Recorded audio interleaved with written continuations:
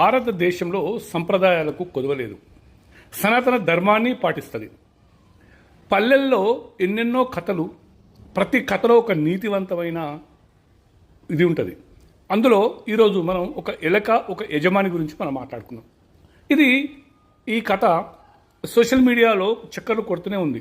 అయినా మళ్ళీ కొత్తగా చెప్పేది ఏం లేదు. నేను కొంచెం ట్విస్ట్తో చెప్తా ఉంటా.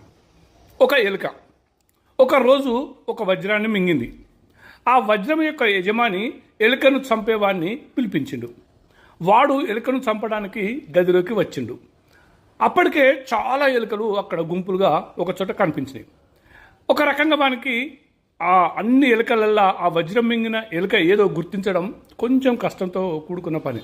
అయినా కూడా వాని తెలివితోటలతో ఆ వజ్రాన్ని మింగిన ఎలుకను గుర్తించిండు. ఎట్లా అంటే, అక్కడ ఒక ఎలుక మాత్రం ఒక దర్జాగా కూర్చుని ఉంది. ఎలుకలు పట్టేవాడు ఒంటరిగా ఉన్న ఎలుకను ఒకే దెబ్బకు చంపేసిండు.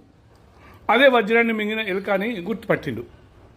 వ్యాపారి అన్నాడు ఆశ్చర్యంగా, అరే ఏంది భయ్, ఇన్ని వందల ఎలుకలు ఉన్నాయి ఇక్కడ, సరిగ్గా నువ్వు ఒక్క ఎలుకని మాత్రమే చంపినావు, అది ఎట్లా సాధ్యమైంది, నువ్వు ఎట్లా గుర్తుపట్టినావు అని అడిగిండు. అప్పుడు వాడు ఎలుకలు పట్టేటాడు ఏమన్నాడంటే, ఏముంది సార్, మూర్ఖులకు అనుకోకుండా ఐశ్వర్యం వస్తే కళ్ళు నెత్తికెక్కి ఎవరితో కలవకుండా గొప్ప వాళ్ళమైనట్టు ఫోజులు కొడుతూ ఊహించుకుంటూ ఉంటే ఈ ఎలుక కూడా అట్లనే చేసింది. తను మిగతా ఎలుకలతో కలవకుండా సపరేట్గా కూర్చొని ఫోజులు కొడుతుంది అని అన్నాడు. నడవంతరపు స్త్రీ వస్తే మూర్ఖులకు పొగరు తలకెక్కుతుంది, మా అంతటి వారు లేరని ఫీల్ అవుతుంటారు.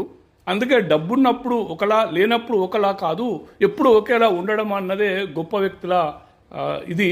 అందుకోసమే. కానీ ఈ ఎలుక మాత్రం డబ్బు నడవంతరపు స్త్రీ లెక్క వచ్చింది కాబట్టి అది అహంకారంతో ఇతరుల కలవకుండా తను సపరేట్గా ఉన్నది.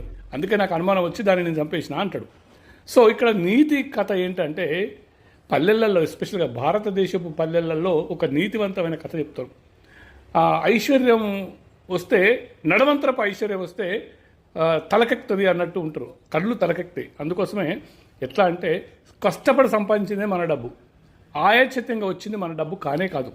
సో ఇది గుర్తించినోడు ధన్యుడవుతాడు.